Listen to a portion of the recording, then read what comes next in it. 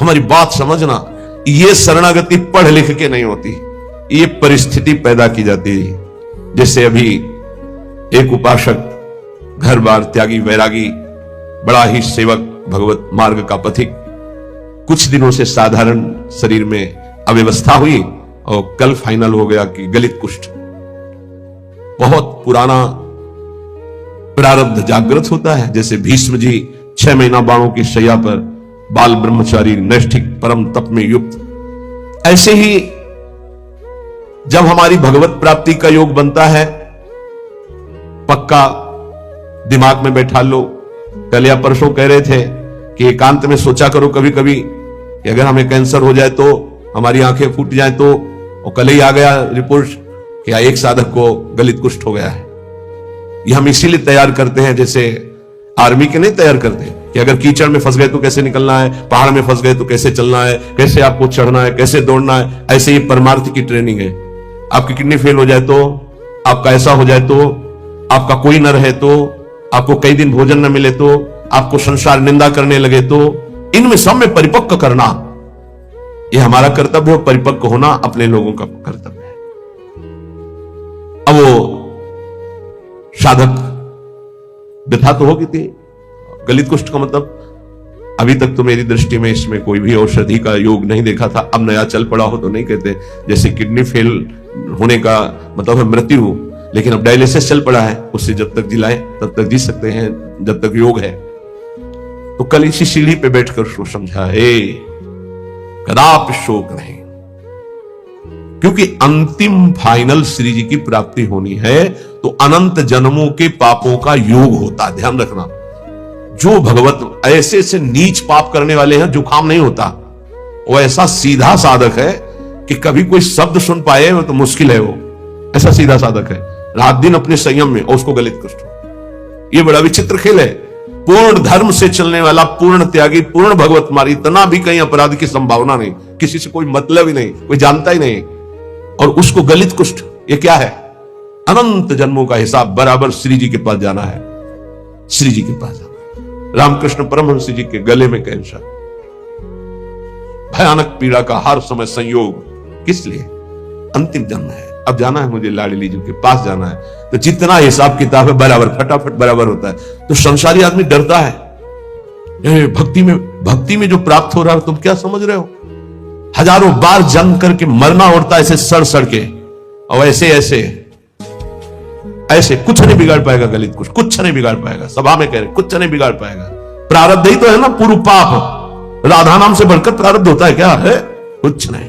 कलेश है कुछ नहीं। सियार नहीं पैदा होते सिंहों के सिंह ही होते हैं। हरिदास सिंह होता है। गर्जना करना हमारा कर्तव्य है। एक गर्जना में लाखों का कल्याण होता है। एक कदापि नहीं, शरीर भाव से। ऐसे संतों को देखा है, बरगदिया बाबा पैर से सड़ना शुरू हुआ, कीड़ा पड़ गया, मुख तेज में और शरीर में कीड़े, बैठे शांत भाव से, कीड़े पड़े हुए शरीर। क्या? अंतिम जन्म में खत्म खेल। ये बड़े बड़े महापुरुषों के जीवन में आता है। यदि आप भगवत मार्ग में, अभी 1-2 दिन पहले कहा था, यदि बैलेंस बना के चलोगे तो कोई बाधा नहीं। क्या? राधा राधा राधा राधा राधा, लड़का बच्चा परिवार भोग सामा। और जो अगर इसमें आ गए कि आपसे कुछ नहीं चाहिए, केवल आप चाहिए, फिर तो हिसाब किताब लंबा पड़ जाएगा। क्योंकि उनके गले लगने के लिए फिर कोई कर्म संस्कार नहीं बकाया रहेगा। पूर्व संचित क्रियमाण प्रारब्ध सबका विध्वंस होगा। अब विध्वंस का खेल मचेगा तब सच्चिदानंद के गले लगोगे। तभी कहा नारायण अति कठिन है, हरि मिलन की बाट, या में पग पीछे धरे प्रथम शीश दे काट। ये आज आप जीना है तो कष्ट में जीना है, पूरे शरीर में। या सब शुरू हो गया। इसलिए घबराना नहीं है सुनकर के कि भगवान की प्राप्ति का मतलब है गलित कुष्ठ रोग हो जाना, किडनी फेल हो जाना। तो और सब अमृत पी रहे हैं क्या? आप देखो अस्पताल बड़े बड़े भरे। ये आखिरी जन्म है भक्त का, इसलिए बहुत जल्दी जल्दी डॉक्टर के पास रहोगे तो डरोगे नहीं। सत्संग सुनते रहोगे ना तो तुम डरोगे नहीं तो डर जाओगे। इसीलिए जल्दी कोई श्री कृष्ण से मिलना नहीं चाहता। ये बड़े खिलाड़ी हैं। यहां लगन लगन सब कोई कहे, लगन कहा वै सोए, जा लगन में तन मन डारे खोए। आपसे प्यार किया है, नरक भेजो, अब इन धमकियों से हम डरने वाले नहीं, अब आपको दौड़कर गले लगाएंगे, यही लगाएंगे। आप भी नहीं रोक सकते। बोले इतना गरज कर कैसे बोल रहे हो? गुरु ने मंत्र दिया हमको इनको वश में करने का। ये जो मंत्र है जानते हो इसे क्या कहते हैं? निज मंत्र। निज मंत्र, वो मंत्र जैसे हाथी को अंकुश वश में कर लेता है, ऐसे हरि को मंत्र वश में कर लेता है। गुरु मेहरबान हो गए, चेला पहलवान हो गया। अब हरि भी नहीं रोक सकते अपने मिलने से, अब हरि भी नहीं रोक सकते अपने मार्ग में। क्यों? गुरु ने। हाँ, बस गुरु की वटिया से मिले रहना, कुछ लेना न देना, मगन रहना, निश्चित पार हो जाओगे। सुना था एक राधा कुंड के भगवान संत की चर्चा में, जो गलित कुष्ठ आया कहा 12 वर्ष का। हाँ, तो अपने लोगों के पास नहीं आएगा, अपने लोगों के पास ऐसे आता है, पूरा आके चढ़ बैठा। जब चढ़ बैठा है तो राधा के लिए कुंज का स्वरूप वो जानता नहीं है, स्वागत उसका बढ़िया होगा, कुछ नहीं होगा, देख लेना। हम क्या करें? कुछ नहीं होगा, देख लेना। क्या होगा? श्री जी गले लगाएंगे।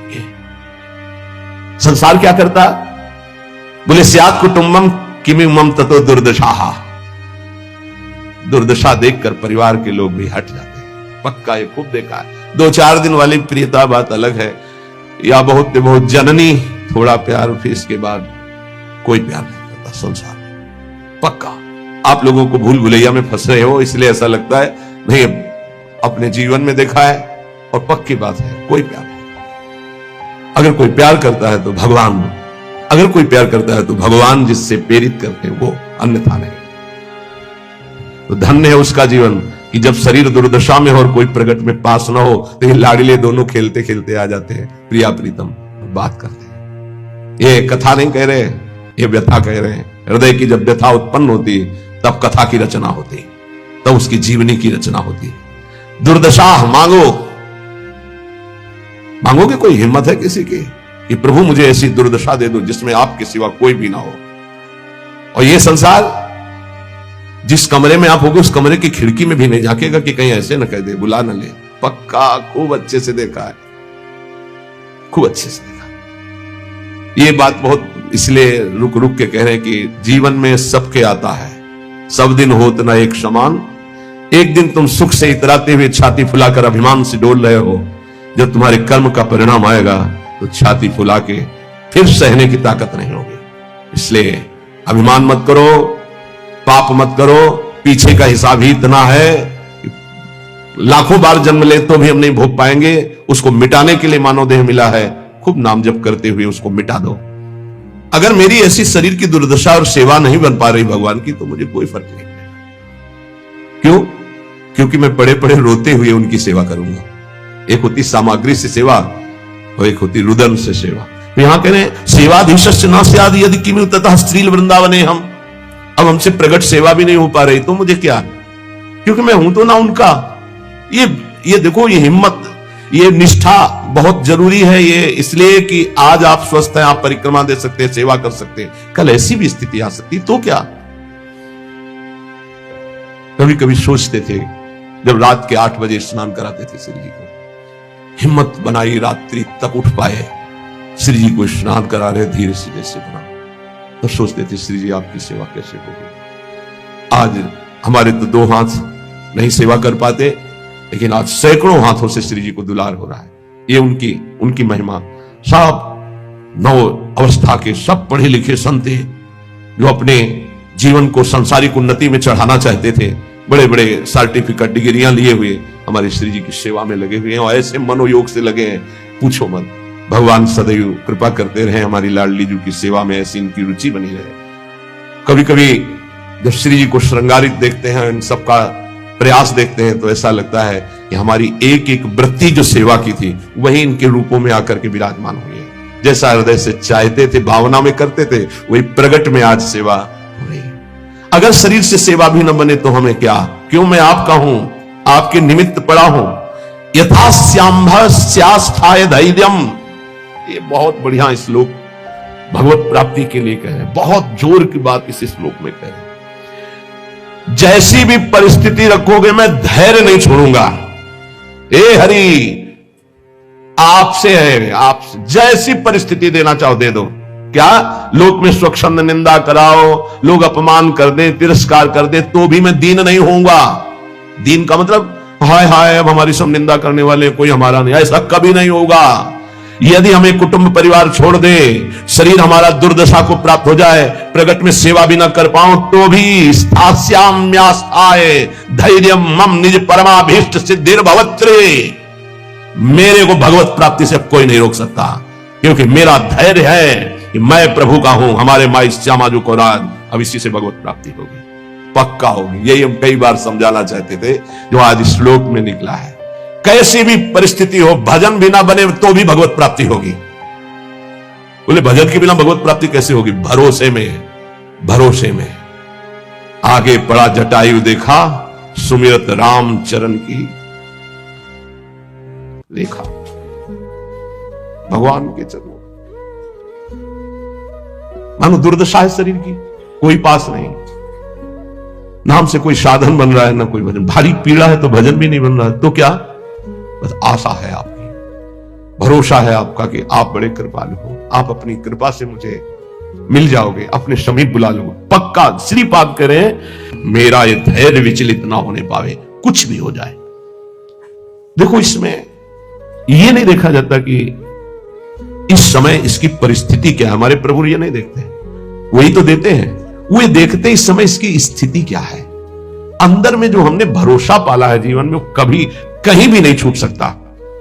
हम माने कि नाम जप नहीं हो रहा, वाणी पाठ नहीं हो रहा, माना कि हमसे सेवा नहीं हो रही, माना कि हमारे अंदर कोई अब भागवतिक विचार भी नहीं रह गए, लेकिन ये जो एक झीना सा धागा है कि मैं श्री जी के भरोसे हूं, इसको कौन तोड़ सकता है?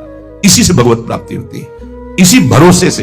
व्यास भरोसे कुंवरी के सोवत पांव पसार, अर्थात मैं निश्चिंत होकर पढ़ाऊं, मुझे निश्चित भगवत प्राप्ति होगी। जो श्रीपाद करे, मम निज परमाभीष्ट सिद्धिर भवित्री। बहुत जोर की बात है, हर उपासक के लिए ये अध्यात्म की चरम सीमा की स्थिति की बात है। इस पर विश्वास कर लो अगर कर पाओ। कैसी भी परिस्थिति हो, मैं श्री जी का हूं, श्री जी का ही रहूंगा, चाहे कितना भी कष्ट आ जाए, निश्चित भगवत प्राप्ति हो जाएगी। निश्चित आपको वो परम सिद्धि प्राप्त होगी जो किसी साधना से नहीं प्राप्त होती है। जब तक शरीर स्वस्थ है तब तक कचाई न रखो। कल चर्चा हो रही थी काचे धर्मी की, उसमें जो शेष है उसको श्रवण करो तो कच्चाई दूर हो जाएगी, तो निष्ठा आ जाएगी, सच्चाई धैर्य आ जाएगा। श्री सेवक जी महाराज कह रहे हैं कि जब आपने शरणागति हरिवंश चंद्रजू की ले ली, ध्यान से सुनिएगा, लोगों के मन में कई तरह की शंकाएं रहती हैं, इनका त्याग कर दो। गीता जी में भगवान ने कहा, ये यथा माम प्रपद्यन्ते तास तथैव भजाम्यहम्, मुझे जैसे जो भजते मैं उनको वैसा ही भजन में अनुभव हो।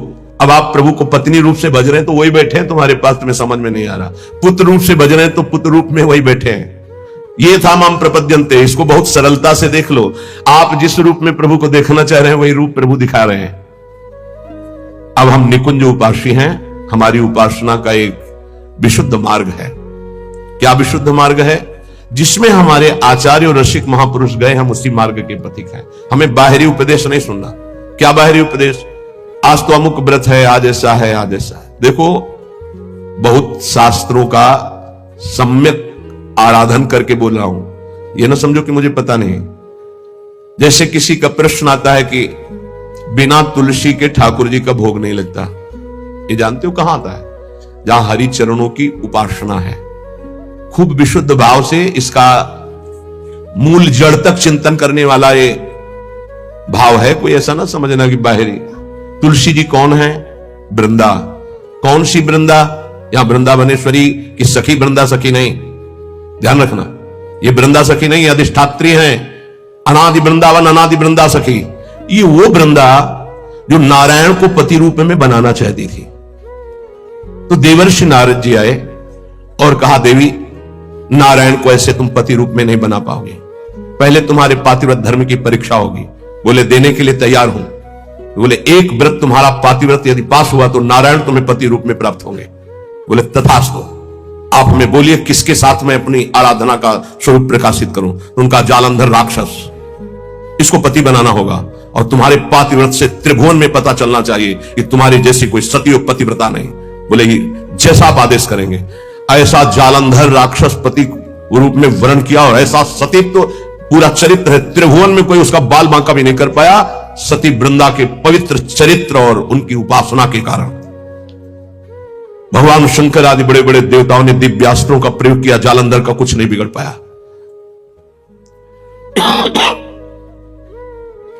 भगवान श्रीहरि से प्रार्थना की।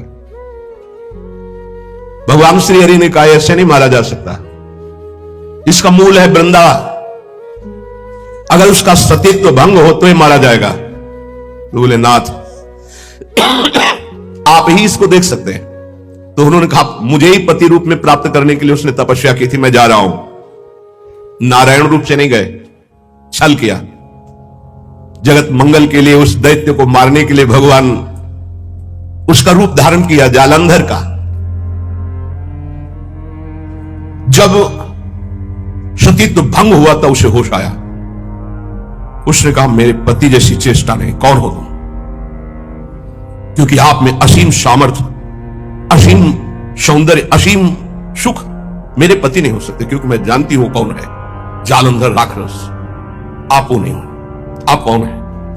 अपने रूप में भगवान। तो उन्होंने कहा माना कि आपके लिए ही तप कर रही थी, लेकिन इस समय मेरा पति जालंधर, अब मैं मानती हूं मारा जाएगा क्योंकि मेरा तप नष्ट हुआ। मैं आपको शाप देती हूं, आप पाषाण रूप हो जाए। तो नारायण शालिग्राम बन गए। तो कहा मेरे लिए ही तूने तप किया था नारद जी ने, तो तुझे पार्थिव धर्म की परीक्षा के लिए जालंधर को व्यर्थ में मुझे शाप दिया, इसलिए मैं शाप देता हूं, तुम वृक्ष रूप हो जाओ। वही तुलसी जी का वृक्ष। तो बिन तुलसी हरि एक न मानी, नमो नमो तुलसी महारानी नमो नमो। शालिग्राम की सेवा तभी पूर्ण मानी जाएगी जब तुलसी जी होंगी, और वही पद्धति वैष्णव जनों ने अपनाई, भोग की। यदि आप हरिवंश धर्म में जुड़े, वृंदावन में जुड़े, राधा नाम से जुड़े, नित्य विहार रस में जुड़े, इसलिए इष्ट मिले और मन मिले, मिले भजन रस रीति, तहा निसंक होए मिलिए तासों कीजिए प्रीति। अब ध्यान दीजिए अपनी उपासना के रंग की। अगर आप शरणागत हो चुके तो पहला नियम है कि बिना श्री जी को अर्पित किए एक बूंद पानी भी नहीं जाना चाहिए जिब्या में। और बात तो दूर, हमारी बात को समझना, हम कहते पहली बात तो ऐसा कुछ ना पिए खाए जो हम श्री जी को भोग नहीं लगा सकते। अगर आपकी औषधि चल रही है, आपका वृद्ध शरीर है, आप ऐसे लेते हैं नाम जपते हुए, पर पहले राधा वल्लभ लाल की जय भावना में अर्पित कर दो। जल है, एक तो जब भोग लगाते हो आठों पैर तो जल होता है, उसको आप पात्र में रख करके फ्रिज का एक हिस्सा ऐसा रख सकते हो जो प्रसादी हो, और एक अमनिया कर सकते हो। तो वो जो प्रसादी जल है वही पीने की प्रयोग। अगर आप ऐसी जगह हैं आपको ये सुविधा नहीं मिलती अष्टपहर के प्रसादी जल की, तो जब पिए तो राधा वल्लभ लाल की जय, और 1 मिनट भावना करे हे प्रभु मेरे हृदय देश में विराजमान होकर आप जल पान कीजिए, जल पिए। ऐसी कोई वस्तु खाइए पिए नहीं जो प्रभु को अर्पित नहीं की जा सकती। कुछ लोग ऐसे काचे धर्मी के लय उपदेश कहा अनन्य अनहाय अनर्पित जाय गटकत, शरणागत हो गए, उनको पता ही नहीं है, जहां जो देखा वो वहां खरीदा और खा रहे। ये तो देखी बात है। माला यहां टंगा है, हम पीछे बता भी चुके, बड़ा पश्चाताप होता है। आप वैष्णव हैं और गोलगप्पा दोना में लिए हैं, ऐसे यहां टपक रहा है गोलगप्पा, माला के ऊपर जा रहा है। मालूम माला का आप महत्व तो नहीं समझते, माला साक्षात श्री जी में है, क्योंकि उससे हम नाम जप करते हैं, ऐसा नहीं करते। अगर आपको ऐसे कुछ पदार्थ पाने हैं, नहीं आपकी जिह्वा रुकती, तो हम कह रहे खरीद लो, पात्र में रख लो, कुटिया में जाओ, श्री जी को भोग लगाओ, थोड़ा नाम कीर्तन करो, फिर उसको मर्यादा से पालो। आप वैष्णव हो, बाजार में खड़े खड़े कंठी तिलक लगाए अच्छा लगता है आपको? अरे कंठी तिलक लगाकर इसकी मर्यादा की भी तो रक्षा करो। लय उपदेश कहा है अनन्य अनहाय अनर्पित जाय गटकत। अब ये नहीं होगा कि सुबह सुबह उठे बेड टी पी रहे हैं, नहीं तो कोई भक्ति नहीं रहेगी। पहले उठो, नाम रस पियो, गुरुजनों का नाम, महापुरुषों का नाम स्मरण किया, कुछ देर इष्ट का नाम स्मरण किया, फिर भूमि को प्रणाम किया, सब भक्तों को प्रणाम करके हे प्रभु आज का दिन हमारा बड़ा मंगलमय आपके स्मरण में जाए, ऐसी प्रार्थना की। फिर आप शौच स्नान आदि क्रिया करके प्रभु की मंगला करके फिर उनको भोग लगा करके फिर जो ऐसे ऐसे तो आपकी बुद्धि शुद्ध हो जाएगी। लेकिन पशुता बढ़ रही है, पशुता बढ़ रही है। आस करें विषयीन के आगे जो देखे में जो रत हाथ लग। पहली गलती बिना भोग लगाए पा रहे हैं, वैष्णव होकर भी, शरणागत होकर भी। बहुत सावधान, बिना प्रभु को पवाए पा नहीं सकते, कुछ भी नहीं। हर कर्म प्रभु को समर्पित करना है। आज जब तुम कंठी बंधवा लिए, दीक्षा ले लिए, तो तुम्हारा कोई कर्म ऐसा नहीं होना चाहिए जो प्रभु को समर्पित ना कर सको। कोई पर्दे के डाल करके कार्य करने वाला कि नहीं, प्रभु दे पर्दा खोल करके हर कार्य आपके सामने होगा, आपके लिए होगा। हमारा जीवन अब पर्दे में नहीं है, बेपर्द है आपके सामने। कभी संकोच न करो प्रभु से, प्रभु सब कुछ देख रहे हैं, लेकिन वो संकोच करो जो प्रभु को हम समर्पित नहीं कर सकते। वो कर्म, वो खान पान। आस करें विषयीन के आगे जो देखे मैं जोरत हाथ लटकत। चाहे गृहस्थ शरणागत हो, चाहे विरक्त शरणागत, ये विषयी पुरुष से तुम्हारी कामनाओं की पूर्ति नहीं होनी। कामनाओं की पूर्ति श्री जी से होनी। बने तो रघुवर ते बने, बिगड़े तो भरपूर तुलसी और अंते बने ता बनवे पे धूर। ये सिद्धांत पकड़ो, दूसरे के आगे घिघियाने की जरूरत नहीं है। चाहे विरक्त हो, चाहे गृहस्थ हो, श्री जी हैं, बहुत समर्थ हैं।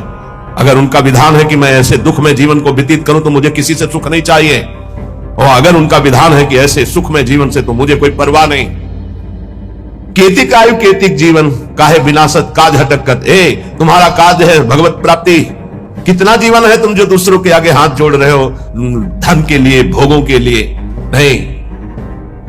कितना जीवन है दूसरे की आस कर रहे हो? अरे लाडली लाल के चरणारविंद की महिमा तुम्हें पता नहीं है। प्रणत कामदम पद्मजार्जितम धरणि मंडनम ध्येयमापद। ये लालजू के चरणारविंद, प्रणाम करने वालों की समस्त कामनाओं को पूर्ण। हमारी श्री जी चिंतामणि प्रणमताम ब्रज नागरी नाम।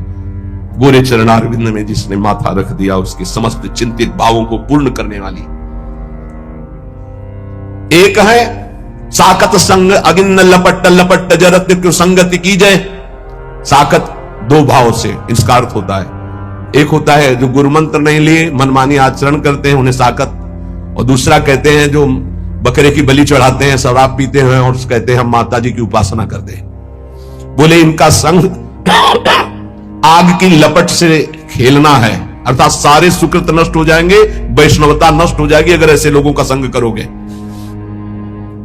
साकत संग अगिन्न लपट लपट जरत को संगति की जय। सावधान। अब देखो कहां वैष्णव धर्म के पालन की वो वृत्ति रह गई। बड़ा विचित्र है। अगर वैष्णव उस परिवार में नहीं तो उस परिवार का अन्न नहीं खा सकते। चतुर्भुजदास जी जिस गांव में वैष्णव नहीं होता था उस गांव का पानी नहीं पीते थे। भगवान का कंठी तिलक धारण करने वाला कोई इस गांव में है नहीं तो उस गांव में रुकते नहीं थे, चले जाते थे। जो गुरुमुख नहीं है उसके संग का क्या स्वरूप बताया है? साकत संग अगिन्न लपट लपट जरत क्यों संगति की जाए। नहीं, जो ऐसी उपासना करते हैं या जो उपासना से रहित दुष्ट स्वभाव वाले, आग की लपट इनकी संगति मत की जाए। तो संगत किसकी करे? बोले साधु सुबुद्धि समान सुसंतन जान के शीतल संगति की जाए। जो समता को प्राप्त और भगवत प्रेम को प्राप्त महात्मा ऐसा समझ करके जान करके ऐसे महात्माओं का संग करो। किन महात्माओं का संग करना चाहिए? जो समता को प्राप्त है। किन महात्माओं का संग करना? जो भगवत प्रेम को प्राप्त है। तो पहचान क्या है भगवत प्रेम प्राप्त महात्मा की? जिसकी बुद्धि में धन का महत्व नहीं है, कामिनी का महत्व नहीं है और कीर्ति का महत्व नहीं है, वो भगवत प्रेम को प्राप्त करने की योग्यता वाला महात्मा होता है। जिसको जो किसी भी पक्ष में नहीं, पूरा विश्व उसका है। उदार चरितानाम वसुधैव कुटुंबकम, एक ही परमात्मा तत्व सर्वत्र विराजमान है। वो समान सुसंतन, वो सम बुद्धि रखने वाला महात्मा है। बोले साधु सुबुद्धि समान सुसंतन जान के शीतल संगत की जाए। इनका संग तुम्हें शीतलता प्रदान करेगा, परम शीतल माश्रयामी श्री जी के चरणों तक पहुंचाएगा। बोले एक जो काचे प्रकृति विरुद्ध करे तो का कीजिए, और जो आगे के दाजे गए भज पानी में आग लगे तो का कीजिए। सेवक जी महाराज बहुत बढ़िया वर्णन कर रहे हैं। बोले एक ऐसे हैं जिनका स्वभाव ही विरुद्ध, वैष्णव धर्म के विरुद्ध आचरण, मनमानी आचरण करते हैं। अब जब इनका स्वभाव ही विरुद्ध है तो लाख समझावे समझने वाले नहीं, वो अपने मनमानी आचरण करते हैं और तिलक भी लगाए, कंठी भी लगाए, मनमानी आचरण करते हैं। बहुत प्रपंच की बातें करते हो। अगले जन्म में ये जबान ही हटा दी जाएगी। जब वर्षा ऋतु होती तो देखो निकलते एक जबान वाले, टर टर टर टर, कोई मतलब नहीं है। और हमारी फिर वही दुर्दशा है। हमारी इंद्रियां मन संसार को सत्य मानकर, व्यवहार को सत्य मानकर प्रभु को भूले हुए समय को नष्ट कर रहे हैं।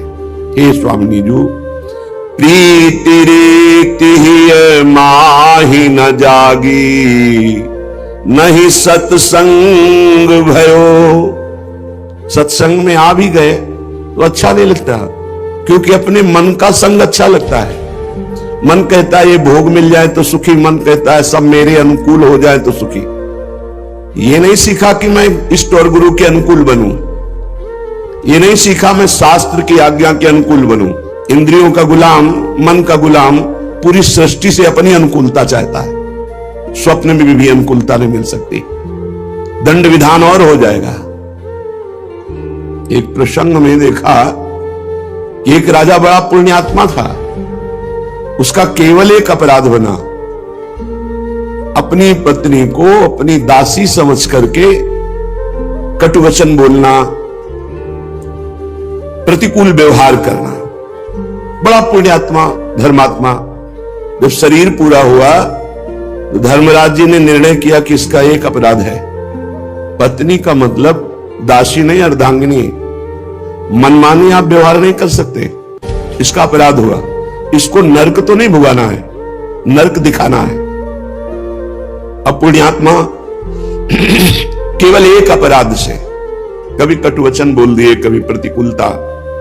जैसे धर्मराज युधिष्ठिर, जीवन में कोई नारकी गति वाले आचरण एक भी नहीं, एक बार झूठ बोल दिया। भगवान ने आदेश किया, कह दो अश्वत्थामा हतो, अश्वत्थामा मारा गया। आपने थोड़ी अपनी बुद्धि लगा ली, उनका अश्वत्थामा हतो नरोवा कुंजरो, और पता था हाथी मारा गया है, फिर क्यों बोल दिया झूठ? बोले इनको नरक दिखाओ। एक बार नरक दिखाना पड़ेगा क्योंकि इन्होंने एक अपराध किया। अब विचार करो हमारे लोगों की दुर्दशा क्या होगी, हम लोगों को क्या मिलेगा, कौन सी दुर्गति होगी। जहां बड़े बड़े महापुरुषों की छोटी सी गलती में भी नरक दर्शन करवाया गया, तो हम लोगों को तो नरक ही वास मिलेगा यदि प्रभु की शरण में होकर भजन न किए। सत्संग मिलता है, इनकी बातों को नहीं पकड़ते। सत्संग अमृत है, पर इसकी बात को पकड़ो सत्संग की, नहीं मनमानी सोच, मनमानी चिंतन, मनमानी आचरण। क्या करेगा सत्संग? थोड़ी देर सत्संग सुन लिया फिर मनमानी आचरण नहीं। जय श्री हरिवंश नरक गति दुर्भर, यम द्वारे कटियत नक्शी के। छोटी सी भी गलती का दंड मिलेगा, एक सेकंड भी जो आपने गलत किया उसका भी दंड मिलेगा। कोई भी हो, जो भक्त है अगर उससे गलती होती है, भगवान का शरणागत है, तो हृदय जलता है, पश्चाताप होता है और भगवान से त्राहिमाम क्षमा हो जाता है। अवसर है। हे प्रिया, जो आपने सत्संग दिया पर हमने सत्संग को स्वीकार नहीं किया। पूरा सत्संग सुना, इसके बाद शब्द क्या स्वीकार किया? कुछ नहीं। तो मिला क्या? जितनी देर सत्संग में बैठे वो समय तो सार्थक गया, लेकिन वचन ना मानने के कारण सत्संग का जो लाभ मिलना चाहिए वो नहीं मिला। जहां मृत्यु लोक के सुख की बात क्या कही जाए, स्वर्ग सुख की बात क्या कही जाए, मोक्ष सुख भी जिस सत्संग की तुलना में नहीं रखा गया, तात स्वर्ग अपवर्ग सुख। फिर वहां हम नारकी गतियों को प्राप्त होने वाले आचरणों में सुख। लव मात्र का सत्संग हमारे जीवन का परिवर्तन कर दे, पर हम स्वीकार तो करें। हम मन को, बुद्धि को सत्संग के मनन और निश्चय में तो लगावें, तब हमारे हृदय में प्रीति रीति जागृत हो। गौरी सखी कह रही, जन्म सब यों ही बीत गयो, कोटि कुकर्म किए निशिवासर, छिनहु न नाम लयो, भजन भावना ये न परसी, विषयन सहज गयो लाड़ली, जन्म सब यों ही बीत गयो। प्रियाजू, इन दुष्ट इंद्रियों ने, मन ने कुकर्म ही करवाया। कुकर्म जो शास्त्र विरुद्ध है। रात दिन नाना प्रकार की भोग वासना का चिंतन करते हुए व्यतीत हो रहे हैं। आपका निरंतर नाम, आपका ध्यान, आपकी लीला गुण श्रवण, आपका चिंतन नहीं हो रहा है। हे किशोरी, जो ये जन्म मिला है